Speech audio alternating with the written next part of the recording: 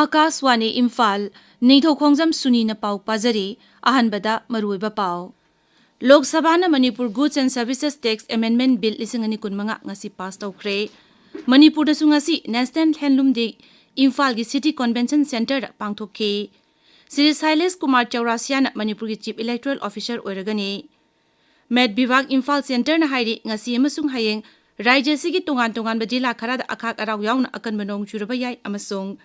Election Commission na ngasi Uparashtrapati gi mikhal gi notification thokre.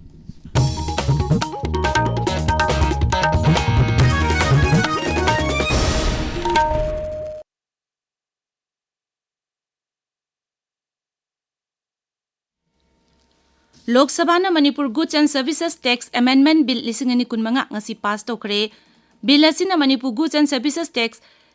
Ek 2013 makata na semdok na pandam thamli Seltum Mantri Nirmala Sitaraman na hai Manipur da Rashtrapati Sasan laibana bill asina ordinance ki mahut chinkibani mangna hai bill asi pass tawdrabadi rajya sida GST semdok semjin tawduna sanahanbada awaba mayok naragani masina rajya dugi Seltum gi phibam dasu awaba mayok naragani Srimati Sitaraman na hai Manipur GST Amendment Bill asi yamna maruiba bill amani masina GST Council na ayaba piraba polam singdagi GST khongot ngamgadawribani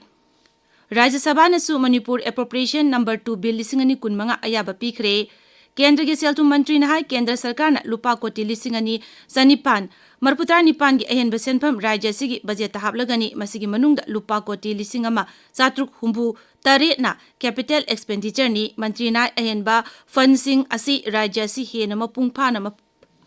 sakhot na bagi thorang sing pakhat na bagi damaktani lupa koti changwa kulumdoi gi senpham na rehabilitation camp sing da leriba lanjena riba miwi sing gi yaifa thorangi thabak sing da pakhat kadabani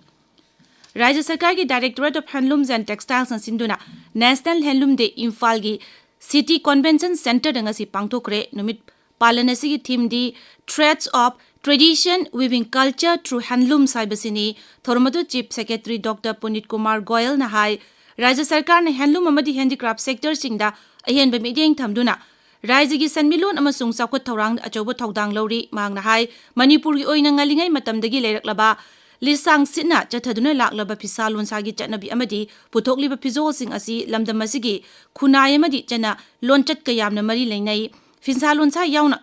khutsa haibagi thabak tawriba singna designer singa puna thabak tawminaduna lamdam asigi ngalingai matamdagi leraklaba chana lonchan singaktuna anobo pothok sing puthokpagi tangai phadabalai Sri Goyal na makhatana hai rajya sigi oina kenlum asi Phi machet namada khutcha haibagi haitoi chingtoi utpa adunate ngalingai matamdagi suthang naina thangthaduna laklaba machet ki saktam aduni lamdam aduja leiriba phisabi sing amasung khutcha haibasing gi haitoi chingtoi amadi kathok aduna Manipurna National Handloom da chapchaba mafam ama phangba ngambani Rajya sigi oina nupi phisabi lakh ani makhairom leiri masigi mathakta lamdam asigi designer motif chatra yankai amadi handicraft item 13 leire Manipur Threads of Heritage Hatch of Prosperity have attained film utpa from loom to legacy craft story of Manipur Koba Lairik Phongba Lisingani Kurumde Kunmarigi Padmasri Phanglaba Ukrul Jilagi Nungbi Dagi Machihan Sashabu Ikai Kumnaba Utpa Lisingani Kurumde Kunmarigi Oina Handicraft State Award Yentokpa Amasung Modernization of Handicrafts Lisingani Kurumde Kunmarigi Makada Masak Naiba Crafts Person Singda Silgi Tengbang Yentokpana Thauramasigi Mapungoiba Saktam Oike Bharat Sarkar gi NHDP gi makada Senapati Jila gi Lairau Chingda SDCP bu hogdoke Thormasida Rajya gi Additional Chief Secretary Textiles Commerce and Industries Anurag Bajpai Handloom and Textiles ki Director Elangbam Jiten Singh amadi makok thongba official kaya saruk yakhe Design amadi entrepreneurship ki matangda numit nini gi oiba Pedagogy amaju orientation workshop ama ngasidagi Imphal da hokre Kendra gi Shiksha Mantraloy gi meeting makada National Institute of Technology NIT Manipur amadi Indian Institute of Information Technology Design and Manufacturing IITBN Kanchipuram anina puna sinduna pangthokliba thoromasida leibaga sigi tongan ba university singi akhang ahi kayana design amadi entrepreneur gi matangda wangang ke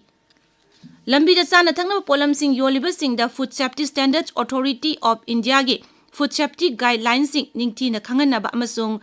ilhanna pandamda nomugi oiba training program ama ngasidagi Imphal gi konung mamangda laiba City Convention Center da hokre National Association of Street Vendors of India amasung Nestle Indiana Manipur Sarkar gi Health Directorate ka punna sinduna pangthokiba hawdopagi thoromaduda Manipur Sarkar gi haksel amasung yaipe yumbal bibaki Special Secretary Somorjit Salam na hai Malem gi oina honglagli ba ahongba kaya asigi marakta anauba makhalgi laina sing sisu leptana adumak sandorakli asiguma phibam asida chana thangnaba polam sing taru tanana amasung ningthina sem sabagi tangai phadaba lei matamgi ahongba matungina lambida yonba chana thangnaba polam sing leiduna saba thapagi chanabi ama lakli phibam asida lambida chana thangnaba polam sing yoliba singna makoina sem sariba polam sing adu taru tanana amasung ningthina sem sabagi tangai phadaba lei Masina saba thakpagi ohelakpa yaba laina tilna kayadagi ngakthokpada achoba mateng oigani training program atuda Imphal East amasung Imphal West jilagi oina lambi da sana thangnaba polam sing yonba street food vendor humpuromna saruk yaki tabiriba pawasi Akashwani Imphal dagini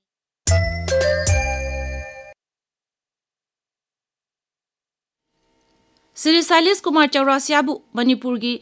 Chief Electoral Officer oina nauna thaupunaba Chief Secretary Punit Kumar Goyal na chirolama thokre chirola sina makata na hai Sri Chaurasia Chief Electoral Officer oibaga lonya Election Commission gi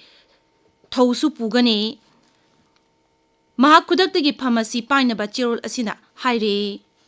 Imphal Zilla gi Kyamgaida leba Churachandpur Medical College ki temporary campus ta college asigi Department of Community Medicine asinduna World Breastfeeding Week lisngani kunmanga gi thoram pangthokre thoramadu college asigi Department of Obstetrics amasung Gynecology ki Subdean Associate Professor Dr. Okram Sardana breastfeeding gi kanabasingi matangda wafam kaya phongdokhe thoramadu college asigi faculty members sing staff sing FMG intern sing asa sing Anganwadi worker amadi Khungangi thaki oiba federation singsu saruk yakhe thormasiga mari lenyana quiz competition amasu pangthoke makong mathang taraba singda manamatumsu yanthokhe Sandel jila gi Lambung Community Hall da jila asigi DFO na chinduna Ramp Rising and Accelerating MSME Performance kimi makhada mahusagi oiba machu sing sizinaba haiba hiramda numit humni chupna chatharakiba training program ngasi loishin bagi thoram aduda jila asigi DFO Dr. N Munal Zafau Bazar Board ki President JS Angam amasung Lambung Village ki President LH Nohana chingba saruk yaki thoramatu da Dr. Munal na training program asa saruk yaki basing na makoi na tamki basing adu makata na tabuk oina onthokduna sinphamamu oina tawna basu appeal tawki Dingku tingnam na direction piba season nadre haiba film asi short film competition lisingani kunmanga gi makok tare raijigi DIP na thokpa chirulama na hai Say no to single-use plastic hai bihira masida sangdan nakiba short film competition asida khayom na anishuba amasung routing in times na suba mana phangle lamjing mangal amasung but it's just a single one film ani asina consolation prize kidamak khangatle 30/11 kV margin substation gi makhada laiba 11 kV hangang feeder na konba mafam singda hayeng ayuk pung mapal dagi nungthil pung 3 makhai phawba mai mutkani haire Har Ghar Tiranga lisingani kunmanga campaign gi ahanba tangka ki sarukama oina Tiranga Rangoli competition amasung machum sizinaduna Rakhi sabagi competition amma Imphal East Zilla gi oina hayeng jila asigi relief camp tarada pangthokadori competition asi Social Welfare Department Education amasung District Administration Imphal East na punashin bani Assam Rifles na Noni Zilla gi Longmai Part 4 The Lin na nupi ma chikpadagi kankre Lin na chiklaba nupi du Assam Rifles ki Noni Battalion ki headquarters ki hospital da tuna yang puraktuna kanbangam kibani haire Assam Rifles ki chirolama na hai manung hunjin na laiba mioi singda Assam Rifles na lepa laitana tengbang pibagi thabak chathare amarom da Assam Rifles na Technopol jila gi more da laiba sabang phaida mapamadugi naha singa unaduna wafam kaya khanakhe makoi gi oiba tungi punsida achumba lambida puduna mapung phaba mi ama oina ba pautaksu pikhi Indian Meteorological Department Imphal Center na hairi ngasi amasung hayeng yauna tha sigi tara phauba raija sigi tongan ba jila kharada akhak arau yauna akan banong churaba yai center sigi report amagi matung ina ngasi amasung hayeng Tamenglong Senapati Kangpokpi Ukhrul Kamjong Tengnopal amasung Chandel jila singda akhak arau yauna akan banong churaba yai haina yellow alert lauthokare tha sigi tara phawbada kamjong tengnopal amasung tanjel jila singi mafam singda akanba nong churagani hairi amaromda Indian Met Department na hai lagliba numit tareni asida awang nongpok lamdam amasung thangna laiba nongpok Bharat ki saruk singda nong kana churaba yai Maragasida hayeng Arunachal Pradesh ki machi da ka hena kanna nong chuba yabagi oithokpa laibana red alert lauthokre Met Department na hai Uttarakhand amasung Uttar Pradesh tangasi akan badagi na yamna kanba phawbagi changda nong chugani Uttarakhand amasung Himachal Pradesh ta thasigi taranithoi phawba machi da akan bo nong chugani Karnataka Bihar amasung Jharkhand dasu akan bo nong churaba yai Weather Agency asina hai Tamil Nadu Kerala Mahe Andhra Pradesh ki Samudra Khongban Paring Telangana amasung Rayalaseema da thangja numit phawbada machi akin kanba nong churaba yai nga phaba mioi sing Kerala Karnataka Lakshadweep Maharashtra amasung Goa gi Arab Sagar dia thasigi 13 phawba nga phaba chattanaba khangan kare Akashvani Imphal dagi pau tabiri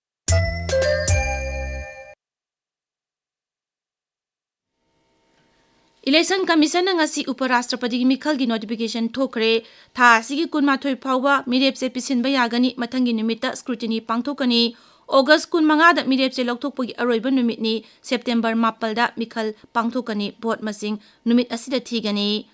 Mamang thada Sri Jagdip Dhankar na Uparashtrapati gi pham thadokibadagi Mikhal asi tangai padana pangthokadabani handaki asina taratare supa Uparashtrapati gi Mikhal oiragane Uparashtrapati asi Lok Sabha amasung Rajya Sabha gi sadasya sing yauna Electoral College amana khangadabani Lupa koti satra yankhai gi GST gi scam ga mari lainana Enforcement Directorate ED na ngasi Ranchi Kolkata amasung Mumbai gi mafam nipada thibuhum gi thabak sathari thibuhumba ani shuba saruk oina Sip Kumar Diora amasung masigi group ki mafam kaya da thiri Ranchi da ED na PP compound da laiba Krishna apartment gi flat ama yauna mafam tarukta thibuhumbagi thabak chathaki hauzik sanabagi pau Khaidem Geetchandra dagi Chamaga Kuntramari Suba All India Durand Cup King asi Imphal gi Khumalampang Men Stadium da sanakheba Group F ke match amada Neroka FC amasung Indian Navy football team Panjal amata chanabang amdana draw chatkre Indian Navy football team na point mari phangduna Group F ke makok ta lairi Thasi ki tarada Neroka FC amasung Real Kashmir FC na lamba thengnagani aduga thasi ki tarani thoidana Trau FC amasung Indian Navy football team na lamba thengnagani Kakching District Olympic Association ki ahum suba foundation day ki thoram ngasi Kakching jila ki manung chan laiba wabagai awang laikai community hall da pangthokre thoram aduda Kakching jila ki ADM Pangambam Shanti Kumar Association ki president Khetrimayum Dharmadas Kakching Jila Parishad Administrative Committee ki chairperson Elangbam Surendra Jin chingba saruk yakhi thoramadu da tongan ba masana ke ada antarjati jati amasung jila thakta mana phanglaba sanaroi sing coaching referee yang na punna sports person marfu manga rom da khodol pot piduna punging thogat ki World Games listing ani kunmanga ngasidagi China ki chengdui da hokre thasi ki 33 phawba chathagatoriba games asida Bharat ki sanaroi 33 na saruk yari English maga samapan marfu manga dagi hauduna chahi mari kanaraga pangthoktuna lakleba World Games asida handak chahi ko ina tongan ba masana humpuda atoi ahen tanagani Bharat ki oina archery billiard roller skating wushu amasung racquet ball masana singda saruk yagani Suni Aroibada maroiba pau amuk Lok Sabha na Manipur Goods and Services Tax Amendment Bill 2015 ngasi pass tawkre Manipur da ngasi National Handloom Day Imphal gi City Convention Center da pangthokki Sri Silas Kumar Chaurasia na Manipur gi Chief Electoral Officer oiragani Med Bigbag Imphal Center na hairi ngasi amasung hayeng rajya sigi tongan majila karada akak araw yauna akan banong churba yai amasung Election Commission na ngasi Uparashtrapati Mikhal gi notification thokre pau loijare